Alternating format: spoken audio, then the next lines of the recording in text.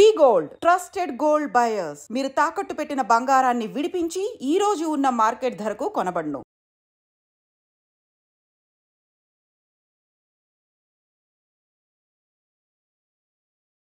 Hi hello నమస్తే, welcome back to iDream media.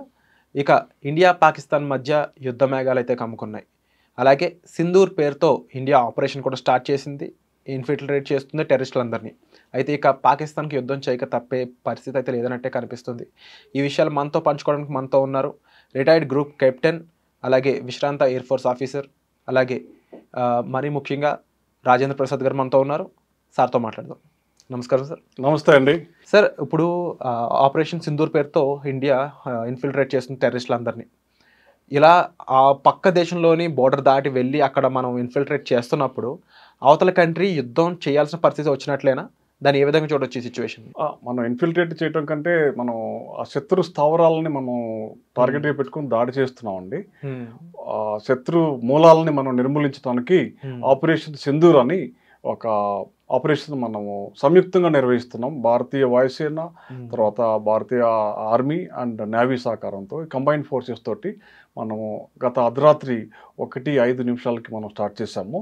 ఇది ఏంటంటే దీని మూల కారణం ఏంటంటే పాకిస్తాన్లో నెలకొని ఉన్నటువంటి ముఖ్యమైన 9 టెర్రరిస్ట్ ట్రైనింగ్ క్యాంప్స్, వాటిని నిర్మూలించడం మన ముఖ్య ఉద్దేశము.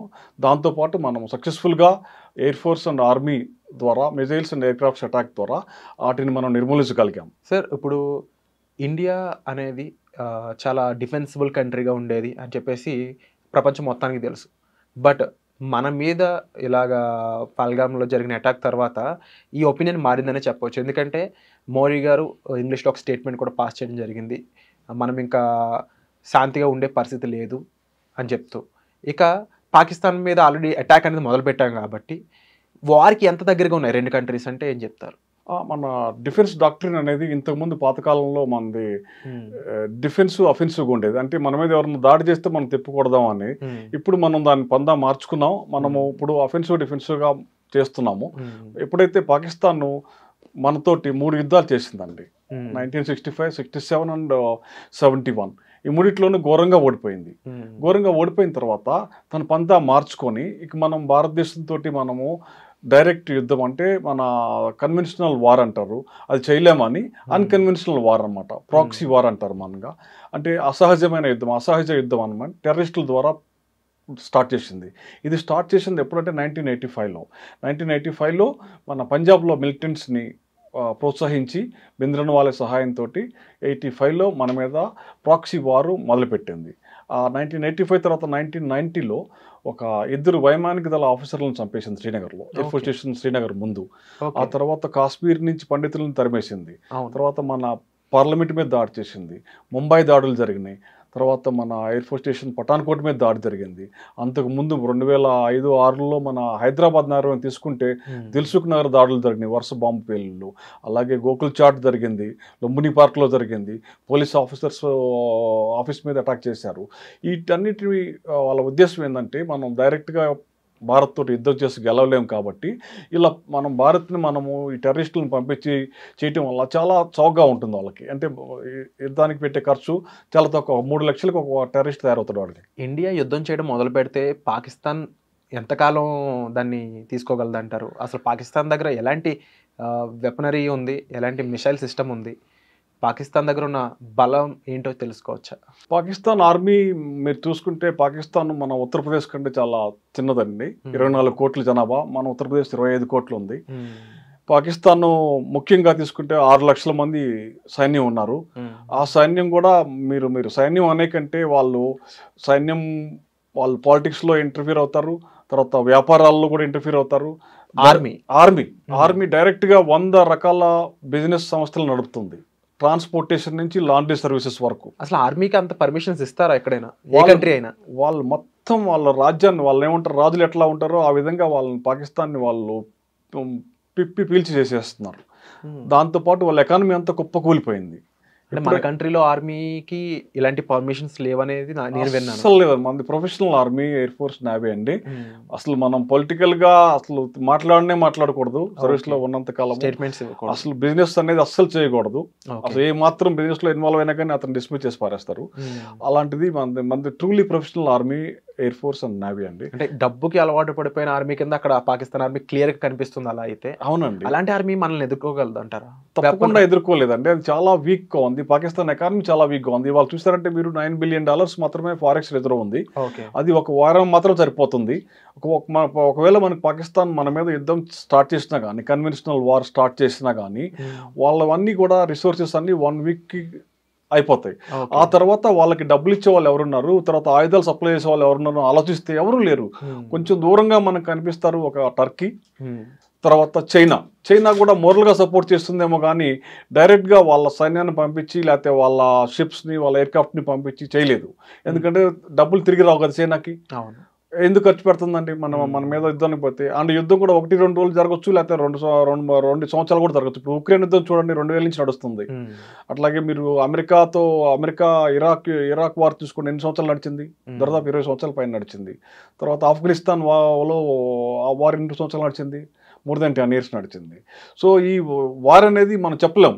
2 రోజులు జరగచ్చా, లేకపోతే 3 రోజులు జరగచ్చా, 7 రోజులు జరగచ్చా, లేకపోతే కొన్ని నెలలు జరగచ్చు, కొన్ని సంవత్సరాలు కూడా జరగచ్చు. అంతకాలం మనతో యుద్ధం చేయగలదా పాకిస్తాన్? చేయలేదండి. పాకిస్తాన్ పూర్తిగా తోకముడి చేస్తుంది. ఎందుకంటే ఇప్పటికే వాళ్ళ సైనికాధికారులు, సీనియర్ సైనికాధికారులు వారం రోజుల ముందే వాళ్ళ ఫ్యామిలీ మెంబర్స్ని సేఫ్ ప్రదేశాల కంటే ఇంగ్లాండ్, ఆస్ట్రేలియా పంపించేశారు. అది మనం కూడా చూసాం, వార్తా టీవీలోనూ న్యూస్లోనూ వచ్చింది. అంటే బలూచిస్తాన్ అని ఒక సపరేషన్ కావాలనుకుంటున్న ఒక చిన్న కంట్రీ పాకిస్తాన్లో ఉండి, ఆల్రెడీ బంగ్లాదేశ్ అనేది పాకిస్తాన్ నుంచి వేరైంది. ఇప్పుడు బలూచిస్తాన్ కూడా వేరైతే పాకిస్తాన్ ఇంకెంత సన్నగిల్లే ఛాన్సెస్ ఉన్నాయంట? తప్పకుండా అవుతుందండి. ఎందుకంటే పాకిస్తాన్లో మీరు ఆలోచిస్తే మొట్టమొదటి నుంచి మనకి 80% పంజాబీస్ డామినేషన్ అనమాట. అది పాకిస్తాన్ ఆర్మీ కావచ్చు, పాకిస్తాన్ పాలిటిక్స్ కావచ్చు. ఈ పంజాబీ డామినేషన్ వల్లే బెంగాల్ అనేది విడిపోయింది.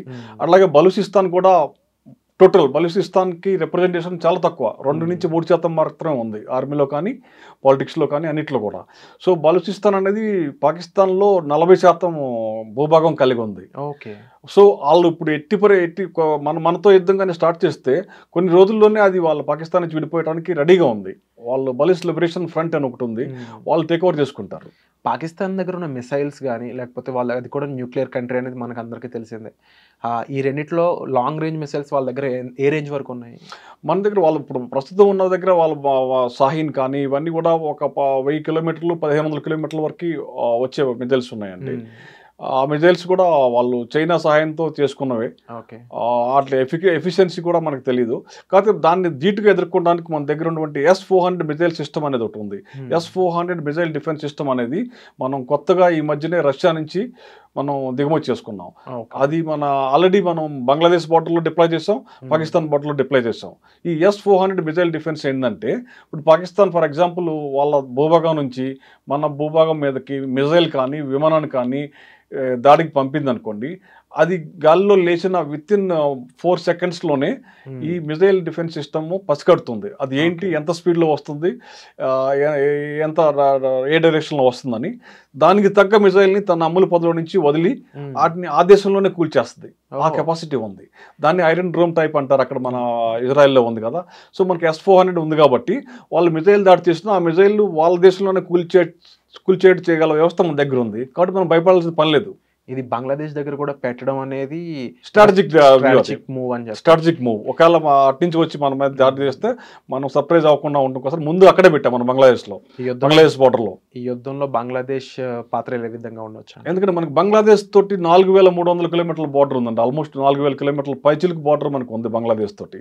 పాకిస్తాన్ కంటే ఎక్కువ బార్డర్ బంగ్లాదేశ్ తోటి ఉంది మనకి. పాకిస్తాన్ తో మనకి 3300 కిలోమీటర్లే ఉంటే దీంతో 4150 కిలోమీటర్ల దాకా ఉంది మనకి. ఈ బార్డర్ ఫెన్సింగ్ కూడా ఎక్కువ లేదు మనకి బంగ్లాదేశ్ బార్డర్. కాబట్టి మనము బంగ్లాదేశ్ నుంచి కూడా పాకిస్తాన్ ఆల్రెడీ ట్రై చేసింది మనకి ఈ మధ్యకాలంలో. గత 2 నెలల్లో ISI అండ్ బంగ్లాదేశ్ ఆర్మీ బంగ్లాదేశ్ని 2 సార్లు విజిట్ చేసింది. కాబట్టి మనం బంగ్లాదేశ్తో కూడా మనం చాలా జాగ్రత్తగా ఉన్నాం ఆల్రెడీ మనం. కానీ బంగ్లాదేశ్ ఆర్మీ చాలా వీక్. మనం బంగ్లాదేశ్ ఆర్మీతో మనం భయపడాల్సిన పని లేదు. ఆర్మీ బంగ్లాదేశ్ ఎయిర్ ఫోర్స్ తోటి మనము, కాకపోతే వాళ్ళని ఆ స్థావరాలను ఉపయోగించుకొని పాకిస్తాన్ను దొంగ దెబ్బ కొట్టచ్చు. కానీ అందుకని మనం దానికి ధీటుగా మనం ముందే మనము అక్కడ కూడా S-400 మిసైల్ డిఫెన్స్ సిస్టమ్ మనం మోహరించి ఉంచాం. ఇక డైరెక్ట్ వార్ కాకుండా పాకిస్తాన్ వేరే ఎత్తుగడలు వేసే ఛాన్స్లు ఏమైనా ఉన్నాయంటారా? లైక్ ప్రీవియస్గా హైదరాబాద్లో జరిగిన బాంబ్ దాడులు ఏవైతే ఉన్నాయో అలాంటివి మళ్ళీ చేసే ప్లాన్స్ ఏమైనా పాకిస్తాన్కి ఉన్నట్టు తెలుస్తుందా? ప్లాన్స్ అంటే Pakistan heavily invested in militants. ఇప్పుడు 4 రకాల మిలిటెంట్ సంస్థలను తయారు చేసింది. 4 రకాలు జైషే మహమ్మద్, లష్కర్ ఎ తైబా, హిజ్బుల్ ముజాహిద్దీన్. ఈ సంస్థలన్నిటి కూడా వాళ్ళని పెంచి పోషిస్తుంది. వాళ్ళు ఒక్కొక్క టెర్రరిస్ట్కి 3 నుంచి 3.5 లక్షలు ఖర్చు పెట్టి రిక్రూట్ చేసుకుంటారు. వీళ్ళంతా సెమీ లిటరేట్ ఇల్లిటరేట్ పీపుల్ని వాళ్ళకి ట్రైనింగ్ ఇచ్చేసి వాళ్ళని క్యాంప్స్లో పెడతారు. వాళ్ళు అట్లాంటి క్యాంపులు ఇప్పుడు మనం దాడి చేసినవి కూడా 9 క్యాంపులను దాడి చేసాం. ఆ 9 కూడా మనం బహావల్పూర్ అని పంజాబ్లో ఉంది. అది పంజాబ్ స్టేట్ ఆఫ్ పాకిస్తాన్. అంటే మన బార్డర్ నుంచి 230 కిలోమీటర్ల దూరంలో ఉంది. పంజాబ్ రాష్ట్రంలో ఉంది అది. ఆ బహావల్పూర్ అనే ఏరియాలో మనం దాడి చేసాము. ఆ దాడి కూడా ఎవరిని కేంద్రంగా చేసామంటే జైషే మహమ్మద్ చీఫ్ అనమాట, మసూద్ అజార్. ఈ మసూద్ అజార్ అనే వ్యక్తి మీరు 1999 డిసెంబర్ 28 IC 814 కాందహార్ హైజాక్ గుర్తు తెచ్చుకుంటే అప్పుడు ఒక 77 మంది పాసెంజర్లని పనోగా పెట్టేసి ఒకళ్ళని చంపి 3 టెర్రరిస్టులను విడిపించుకుని వెళ్ళారు. ఆ 3 టెర్రరిస్టులో ఒకడే ఈ మసూద్ అజార్. ఈ మసూద్ అజార్ ఇంటి మీద దాడి చేసి వాళ్ళ బంధువుల్ని 10 మందిని చంపేశారు మనం గత రాత్రి. సో 20 సంవత్సరాల క్రితం మన దేశం నుంచి, మన తిహార్ జైలు నుంచి తీసుకువెళ్ళినటువంటి క్రూరుడైనటువంటి ఈ జైషే మహమ్మద్ చీఫ్ మసూద్ అజర్, అతను స్థావరం మీద మనం ఫస్ట్ దాడి చేసాం. అంటే ఇప్పుడు తన నుంచి ఎలాంటి అటాక్ ఎక్స్పెక్ట్ చేయొచ్చు అంటారు? అది తనకి ఎలాంటి స్ట్రెంగ్త్ ఉంది ఇప్పుడు పాకిస్తాన్లో? గవర్నమెంట్ నుంచి ఎలాంటి హెల్ప్ ఉంది అతనికి? ఈ విషయాలు ఏమన్నా తెలిసే ఛాన్స్ ఉంది? ఉంటుందండి. వాళ్ళ టెర్రరిస్టులు వాళ్ళు తయారు చేసిన తర్వాత కొంతమందిని ఆల్రెడీ పంపుతారు. కాశ్మీర్లో కొంతమంది ఉంటారు. స్లీపర్ సెల్స్ ఉంటాయి మన ఇండియాలో కూడా. మన అన్ని బెంగళూరు, హైదరాబాద్, ఢిల్లీలో కూడా స్లీపర్ సెల్స్ని వాళ్ళు మెయింటైన్ చేస్తూ ఉంటారు. ISI అనేది ఆ స్లీపర్ సెల్స్ వాళ్ళు ఏంటంటే వాళ్ళు మామూలుగానే ఉంటారు మనతో పాటు. మన ఆఫీస్లో పనిచేస్తుంటారు, లేకపోతే ఆర్మీ, నేవీ, ఎయిర్ ఫోర్స్లో చిన్న చిన్న పోస్టుల్లో చేరి ఉంటారు. వాళ్ళని అట్లా రిక్రూట్ అయిపోయి వాళ్ళు ఏం చేయరు. వాళ్ళకి ఎప్పుడు ఇన్స్ట్రక్షన్లు ఇస్తారంటే చివరి స్టేజ్లో ఇక్కడ యుద్ధము మనకు కావాలన్నప్పుడు వాళ్ళు పనికి వస్తారు. ఇట్లాంటి స్లీపర్ సెల్స్ నుంచి మనం జాగ్రత్తగా ఉండాలి. కాబట్టి మన ప్రజానికం కూడా ఇప్పుడు మనం ఎక్కడున్నా కానీ, హైదరాబాద్లో ఉన్నా కానీ, న్యూఢిల్లీలో కానీ, ఎక్కడున్నా కానీ ఈ స్లీపర్ సెల్స్ని యాక్టివేట్ చేయొచ్చు వాళ్ళు అక్కడి నుంచి. ఎందుకంటే ఇప్పుడు డైరెక్ట్గా కొట్టలేకపోతే ఇప్పుడు వాళ్ళని పెంచి పోషించారు కాబట్టి వాళ్ళకి ఇప్పుడు ఇన్స్ట్రక్షన్స్ ఇస్తారు. ఇప్పుడు ఇవాళ మొబైల్ ఫోన్స్ ఉన్నాయి కాబట్టి ఆ స్లీపర్ సెల్స్ ద్వారా వాళ్ళని యాక్టివేట్ చేసి చిన్న చిన్న యాక్టివిటీస్, చిన్న చిన్న యాక్షన్స్, తర్వాత మిలిటరీ క్యాంప్స్ మీద కానీ, లేకపోతే మిలిటరీ రెసిడెన్షియల్ ఏరియా మీద కానీ, స్కూల్స్ మీద కానీ అటాక్ చేయడానికి అవకాశాలు ఏమైనా ఉండొచ్చు. యుద్ధం స్టార్ట్ అయ్యాక ఫస్ట్ అటాక్ ఎక్కడ ఉండే ఛాన్స్ ఉందంటారు? అది డిపెండ్స్ అండి. ఫస్ట్ అటాక్ అంటే ఇప్పుడు మీరు వాళ్ళు పాకిస్తాన్ స్ట్రాటజీ ప్రకారం వాళ్ళు మిలిటరీ స్థావరాలనే కొడతారా, లేకపోతే మన ఎకనామిక్ స్థావరాలు, మన ఇండస్ట్రీస్ కానీ మేజర్ ఇండస్ట్రీస్ ఉన్నాయి, ఆయిల్ రిఫైనరీస్ ఉన్నాయి మనకి. ఇప్పుడు గుజరాత్లో ఆయిల్ రిఫైనరీస్ ఉంది మనది, రిలయన్స్ వాళ్ళది. అట్లాగే పోర్ట్స్ ఉన్నాయి మనకి. అవి వాళ్ళు అవన్నీ ఎంచుకుంటారా, లేకపోతే ఇది డిపెండ్స్ అనమాట. కానీ దాన్ని మనం ఎదుర్కోవడానికి మనకి డిఫెన్స్ సిస్టమ్ చాలా బాగుంది మనకి. ఎయిర్ డిఫెన్స్ కానీ, మిజైల్ డిఫెన్స్ కానీ, ఇవన్నీ వ్యవస్థలు ఉన్నాయి. మన దగ్గరికి వచ్చి బాంబులు పడి మనం వాటిని డిస్ట్రాయ్ అయ్యేంత స్థితిలో లేము మనము.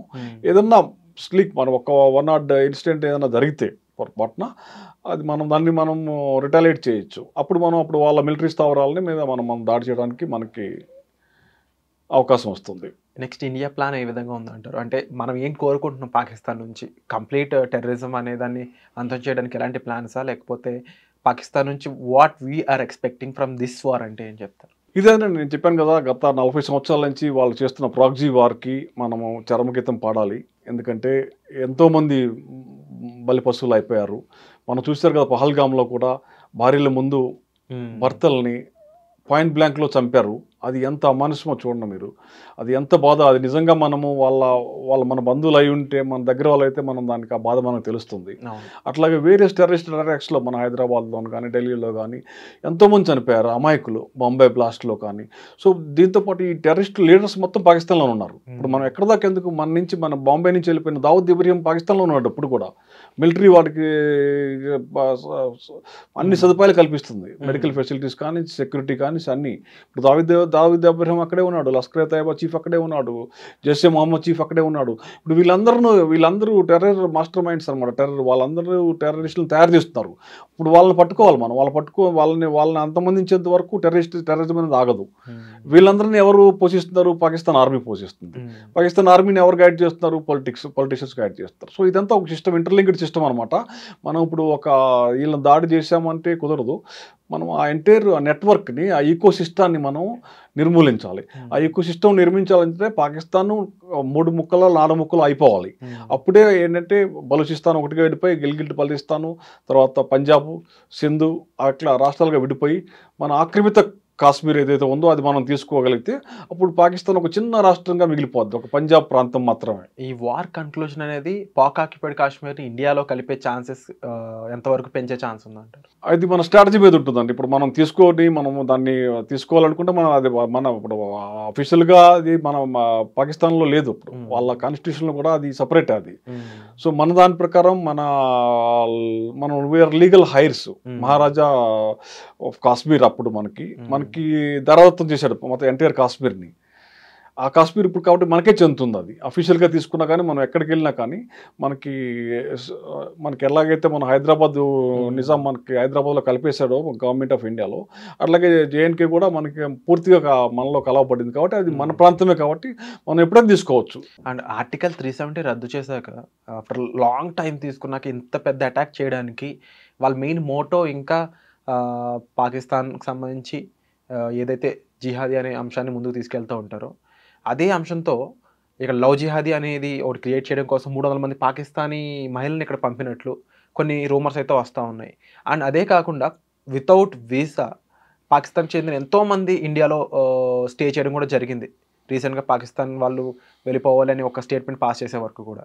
ఇక ఇలాంటి సమస్యను ఏ విధంగా ఎదుర్కోవాలంటారు? అంటే మన దేశంలో ఇప్పుడు ఇల్లీగల్ ఇమిగ్రెంట్స్ చాలామంది ఉన్నారండి. ఇల్లీగల్ ఇమిగ్రెంట్స్ మన దేశంలో ఎప్పటి నుంచి కాదు, ఇది స్వతంత్రం వచ్చిన కాడి నుంచి కూడా వస్తూనే ఉన్నారు. వాళ్ళు ఎక్కువ బంగ్లాదేశీలు ఉన్నారు, తర్వాత పాకిస్తానీలు, తర్వాత రోహింగ్యాలు. వీళ్ళందరూ మన దేశంలో మన బోర్డర్స్ పోరస్గా ఉన్నాయి. ఎక్కువ నేపాల్ నుంచి ఎంటర్ అవుతారు, మెయిన్ బంగ్లాదేశ్ నుంచి ఎంటర్ అవుతున్నారు. ఇలా వచ్చిన వాళ్ళు ప్రతి రాష్ట్రంలో ఉన్నారు, వాళ్ళు లక్షల సంఖ్యలో ఉన్నారు. ఇప్పుడు మన హైదరాబాద్ తీసుకున్నా కానీ మనకి పాకిస్తానీ వాళ్ళు ఉన్నారు, బంగ్లాదేశీ వాళ్ళు ఉన్నారు, రోహింగ్యాలు కూడా ఉన్నారు. రోహింగ్యాలు అంటే బర్మా నుంచి వచ్చినటువంటి మైనారిటీస్ అనమాట. సో వీళ్ళందరూ కుప్పలు తెప్పలుగా ఉన్నారు మన దేశంలో. వాళ్ళని వేరు పారేయటానికే ఇప్పుడు మనం కొత్త చట్టాలనేది తీసుకొస్తున్నాం. ఇప్పుడు దాని మీద అలజడులు జరుగుతూ ఉన్నాయి. వద్దని ఎన్ఆర్సీ అనే చట్టం తీసుకొచ్చింది మనం. అందుకే ఎన్ఆర్సీ నేషనల్ రిజిస్టర్ అనమాట. ఎవరెవరైతే సిటిజన్సో, యాక్చువల్ సిటిజన్సో వాళ్ళందరికీ ఒక రిజిస్టర్ ఓపెన్ చేస్తుంటే దాని మీద కూడా గొడవలు చేస్తున్నారు. అలాంటప్పుడు మన దేశంలో ఉన్నటువంటి పారిపోయి వచ్చిన వాళ్ళని మనం పంపించేయాలి. ఇప్పుడు జరిగే ఈ వార్ అనేది ఎంతవరకు మనకి నష్టం కలిగించే ఛాన్స్ ఉందంటారు? అసలు నష్టం కలిగించే ఛాన్స్ ఉందా? ఇప్పుడు హైదరాబాద్ వరకు రీచ్ అయ్యే క్యాపబిలిటీ ఉందా పాకిస్తాన్కి? హైదరాబాద్ వరకు రీచ్ అయ్యే క్యాపబిలిటీ అంటే ఇప్పుడు వాళ్ళ మిజైల్స్ కానీ ఎయిర్ క్రాఫ్ట్స్ కానీ రావచ్చు, కానీ వాటిని మనం ఎదుర్కొనే శక్తి ఉంది కదా మనకి. ఛాన్సెస్ ఆర్ గ్రిమ్ అనమాట. మనకి 90% మనం వాటిని కూల్చేస్తాం. ఏదన్నా 10% ఛాన్సెస్ మీరు అనుకుంటే అవి అట్లా ఉండొచ్చు. కానీ మన ఎయిర్ డిఫెన్స్ సిస్టమ్ చాలా పవర్ఫుల్గా ఉందండి. మిజైల్ డిఫెన్స్ సిస్టమ్ చాలా పవర్ఫుల్గా ఉంది. తర్వాత మనం భారతదేశం గత 10 సంవత్సరాల నుంచి ఏం చేసామంటే మనము సిడిఎస్ అనే ఒక వ్యవస్థను స్థాపించాం, చీఫ్ ఆఫ్ డిఫెన్స్ స్టాఫ్. అది కీర్తిశేషులు జనరల్ బిపిన్ రావత్ గారు మొట్టమొదటి సిడిఎస్ అంటే ఇంతకుముందు ఆర్మీ, నేవీ, ఎయిర్ ఫోర్స్ 3 ఉండేవి. ఏదైనా యుద్ధం వస్తే 3 సపరేట్గా చేస్తూ ఉండేవి. ఓన్లీ కోర్ లెవెల్లోను, కమాండ్ లెవెల్లోను మాత్రమే ఇంటిగ్రేషన్ ఉండేది. కానీ బట్ లోవర్ లెవెల్లో ఎవరికి వాళ్ళు ఇండిపెండెంట్గా యుద్ధం చేసుకునే వాళ్ళు. ఇప్పుడు ఆర్మీ ఏం చేస్తుందో ఎయిర్ ఫోర్స్ తెలిసేది కాదు, ఎయిర్ ఫోర్స్ ఏం చేస్తుందో నేవీ తెలిసేది కాదు, నేవీ ఏం చేస్తుందో తెలుస్తుందో ఆర్మీకి తెలిసేది కాదు. ఇప్పుడు ఈ సిడిఎస్ సిస్టాన్ని పెడతాం వలన ఈ మొత్తం కంబైన్ ఇప్పుడు మనం ఇప్పుడు ఈ చేసిన ఆపరేషన్ సింధూర్ కూడా 3 కలిసి చేశారు. ఓకే. ఈ ప్లాన్స్. కాబట్టి మన army, navy, air force has become more potent now because of CDS.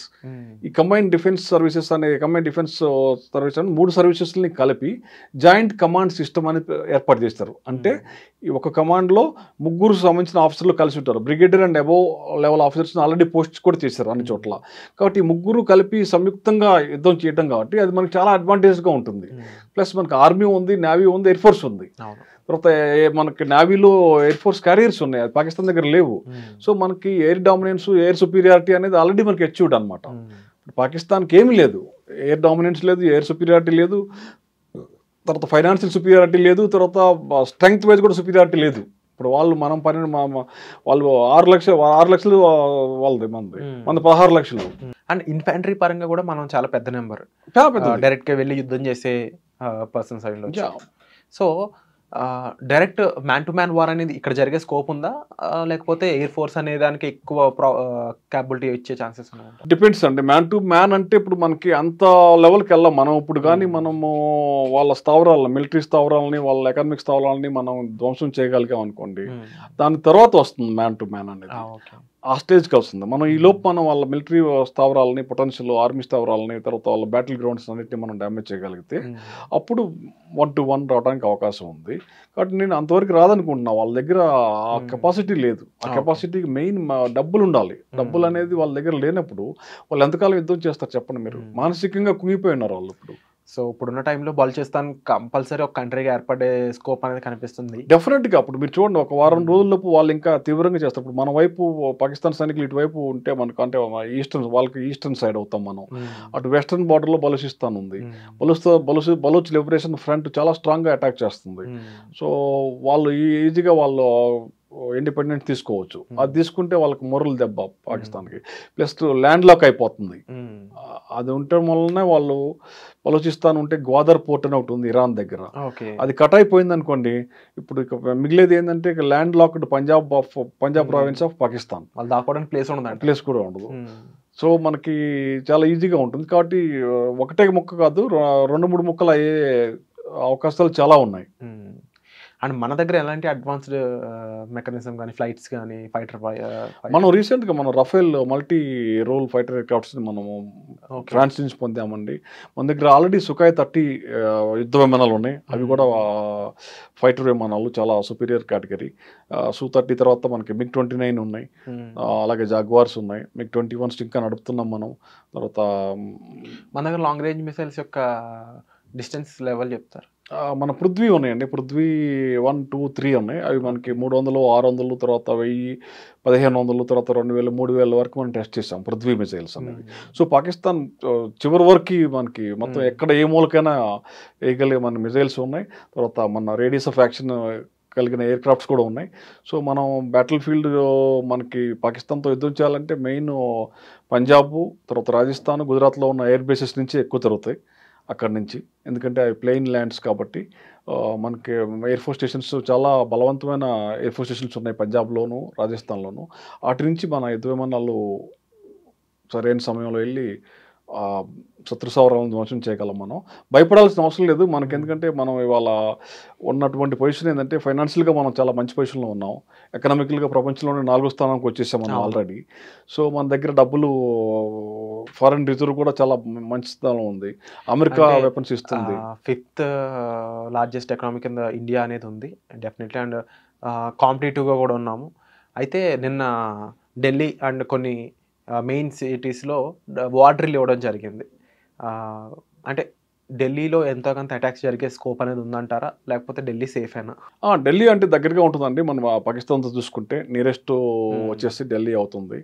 So మన రావల్పిండి నుంచి కానీ, ఇస్లామాబాద్ నుంచి కానీ ఢిల్లీకి దగ్గర అవుతుంది. కాబట్టి ఆ ఢిల్లీ ఏరియా వాళ్ళ రేంజ్లో అతి తక్కువ రేంజ్లో ఉంది ఢిల్లీ, పాకిస్తాన్ శత్రు స్థావరాల నుంచి, వాళ్ళ ఎయిర్ బేసెస్ నుంచి. సో ఢిల్లీ కూడా సెన్సిటివ్ ప్లేసే, అలాగే బాంబే కూడా.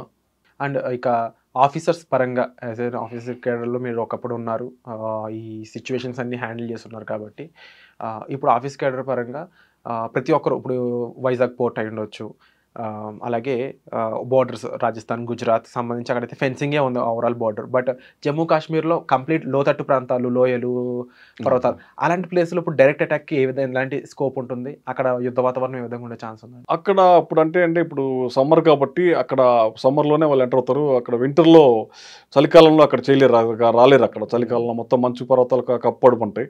ఇప్పుడు కూడా మీరు పహల్గాలం చూసింటారు, మంచుతో కొండలు కప్పబడి ఉన్నాయి ఇప్పుడు కూడా. సో ఇప్పుడు అక్కడి నుంచి రావడానికి టైం పడుతుంది. అక్కడి నుంచి వాళ్ళు మొదలయ్యారంటే ఇట్ విల్ టేక్ వీక్స్ అనమాట. వాళ్ళు కాలు దూరం రావాలి. అక్కడ ఏమి వెహికల్స్ కానీ ఏం పోవు. ఎదురు ఎయిర్ లిఫ్ట్ చేసుకోవాలి, లేకపోతే కాలు నడకని రావాలి. కొన్ని రోజులు పడుతుంది అక్కడి నుంచి. సో ఇమీడియట్గా వాళ్ళు తీసుకొని బయలుదేరి టెర్రరిస్టులు మన దేశానికి రాలేరు. ప్లెయిన్ బార్డర్స్ అయితే రాజస్థాన్, తర్వాత గుజరాత్, తర్వాత పంజాబ్ ఉన్న అటువంటి బార్డర్స్, అక్కడి నుంచే వాళ్ళకి ఎంటర్ అవ్వాలంటే ఈజీ అనమాట మనకి. ఇటు నుంచి రావడం టెర్రరిస్టులు మాత్రం ఇటు జమ్మూ కాశ్మీర్లో నుంచి, జమ్మూ బార్డర్ నుంచి కానీ, కాశ్మీర్ లోయ నుంచి కానీ ట్రై చేస్తూ ఉంటారు. అక్కడ మనకి ఫెన్సింగ్ లేదు. మనకి ఇండియా పాకిస్తాన్ తోటి 2000 కిలోమీటర్లు మాత్రమే ఫెన్సింగ్ ఉంది. India Pakistan border out of 3000 kilometres. ఈ 3300 కిలోమీటర్స్ బార్డర్ ఉంది మనకి పాకిస్తాన్. అందులో ఒక 2000 కిలోమీటర్లు మాత్రం మనకి ఫుల్ ఫెన్సింగ్ ఉంది. అది కూడా పంజాబ్, రాజస్థాన్ అండ్ గుజరాత్. సో జమ్మూ కాశ్మీర్లో కొంత మాత్రమే ఉంది, జమ్మూ రీజన్లో. సో ఈ ప్రాంతాల నుంచి వాళ్ళు టెర్రరిస్టులు కానీ మాత్రం రాగలరు. సోల్జర్స్ రావాలంటే ఇట్ టేక్స్ టైం. ఇక ఇండియన్ సిటిజన్స్కి ఏం చెప్తారు ఈ వార్కి సంబంధించి? ఎలాంటి జాగ్రత్తలు తీసుకోమని అంటారు? అయితే మనం నేర్చుకోవాలండి. మనం ఇజ్రాయెల్ నుంచి నేర్చుకోవాలి. ఇప్పుడు ఇజ్రాయెల్ దేశం మన హైదరాబాద్ కంటే చాలా చిన్నది పాపులేషన్ వైజ్. కానీ ఇజ్రాయెల్లో ప్రతి ఒక్కరు కూడా సైన్యంలో చేరతారు. 2 సంవత్సరాలు కంపల్సరీ ట్రైనింగ్ తీసుకుంటారు. వాళ్ళకందరికీ సెల్ఫ్ డిఫెన్స్, తర్వాత ఈ యుద్ధం వచ్చినప్పుడు ఏం చేయాలన్నీ తెలుసు. వాళ్ళ ప్రతి ఇంట్లోనూ మనకు విల్లాలు ఎలా ఉంటే వాళ్ళకి బంకర్స్ ఉంటాయి. యుద్ధం వచ్చినప్పుడు బంకర్లోకి వెళ్ళిపోవటం.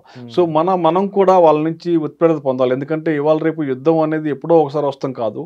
మన మధ్యలోనే శత్రువులు, అంటే ఇప్పుడు ఈ ప్రాక్సీ వార్ ద్వారా టెర్రరిస్టులను పంపించి మనకి కొట్టడానికి ఉంటుంది. పహల్గామ్లో జరిగిన అటాక్ అట్లాంటిది మనలోనే తయారయ్యే శత్రువులు. కాబట్టి మనం కూడా సెల్ఫ్ డిఫెన్స్ అనేది నేర్చుకోవాలి ప్రతి ఒక్కరు. దానికోసం ఇప్పుడు అగ్నివీర్ అని ఎందుకు పెట్టారంటే, అగ్నివీర్ స్కీమ్ అనేది ప్రతి సంవత్సరము 2.5 లక్షల మంది మనం తీసుకుంటున్నాం అగ్నివీర్లో. 4 సంవత్సరాల తర్వాత అందులో 75% బయటకు వచ్చేస్తారు. అంటే మనం ఒక యువకుడిని 17 సంవత్సరాల్లో మనం ఆర్మీలో, నావీ, ఎయిర్ ఫోర్స్లో తీసుకుంటున్నాము. ఎవ్రీ ఇయర్ మనకి ఇంకా 2 సంవత్సరాల తర్వాత ఒక 2 లక్షల మంది వెనక్కి వచ్చేస్తున్నారు అగ్నివీర్ నుంచి. వీళ్ళు అన్ని ఉద్యోగాల్లో చేరతారు. వీళ్ళందరూ ట్రైన్డ్, కంబాట్ ట్రైన్డ్ అనమాట, వెపన్ ట్రైన్డ్. కాబట్టి మన దేశంలో ఇప్పుడు వచ్చే 2 సంవత్సరాల తర్వాత, అంటే ఇప్పుడు 22లో మొదలెట్టాం మనం, ఇప్పుడు 26 నుంచి ప్రతి సంవత్సరం మనకి 75% తిరిగి వచ్చే అగ్నివీరులు ఉన్నారే, వాళ్ళు దరిదాపు సంవత్సరానికి 2 లక్షల మంది వస్తారు. ఈ సంవత్సరానికి 2 లక్షల మంది అంటే మీరు 10 సంవత్సరాల్లో 20 లక్షల మంది తయారవుతారు. 20 సంవత్సరాలు 40 లక్షల మంది. సో ఈ అగ్నివీరులు అందరూ కూడా ట్రైన్డ్. అందుకోసమే మన వాళ్ళు అందరికీ కంపల్సరీ మిలిటరీ అంటే కాదు. ఇక్కడైతే 140 కోట్ల పాపులేషన్లో కుదరదు. అందుకని మనం ఏం చేసామంటే అగ్నివీర్ స్కీమ్ అని పెట్టి 4 సంవత్సరాలు మాత్రం ఆర్మీ, ఎయిర్ ఫోర్స్, నేవీలో ఉంచేసి 20% మాత్రం మందిని ఉంచుకొని 70% మంది బయట పంపిస్తున్నాం. దానివల్ల ఏమైందంటే మన సొసైటీలో అందరికీ కూడా డిఫెన్స్ టాక్టిక్స్ తెలుస్తాయి, వాళ్ళని ఏదైనా మనం చేయడానికి అనేది. సో మన వాళ్ళందరం కూడా జాగ్రత్తగా ఉండాలి. సెల్ఫ్ డిఫెన్స్, అబ్జర్వేషను, సెక్యూరిటీ అనేది ఒక ఓన్లీ ఆర్మీ, నేవీ, ఎయిర్ ఫోర్స్దే కాదు, గవర్నమెంట్దే కాదు, పోలీస్దే కాదు, ప్రతి ఒక్క వ్యక్తి కూడా ఇజ్రాయిలీస్ లాగా మనం కూడా జాగ్రత్తగా ఉండి మన చుట్టుపక్కల ఎవరు వస్తున్నారు, ఏంటి, మన మీద ఎవరైనా దాడి చేస్తారా అనే ఆలోచన పెంపొందించుకోవాలి మనం. Wonderful sir. అండ్ మీరు ఇచ్చిన మెసేజ్ అనేది తప్పకుండా ప్రతి ఒక్కరూ కూడా వాళ్ళు ఇన్బిల్డ్ చేసుకొని దాన్ని పాటించాల్సిన అవసరం ఎంతైనా ఉంది.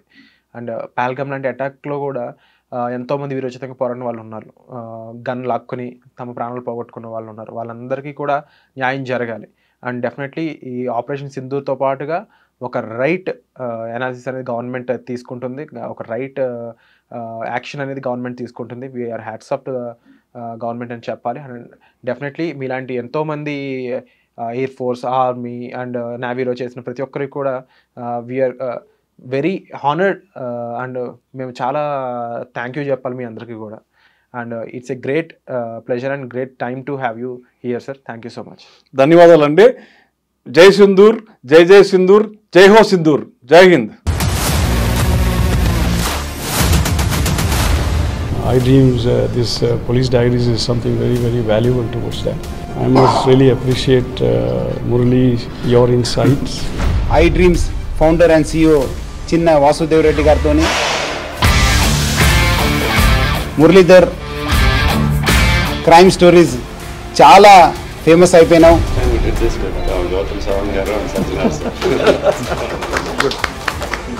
Well done. Congratulate him for doing so well, and I congratulate him, his boss also, for doing so well.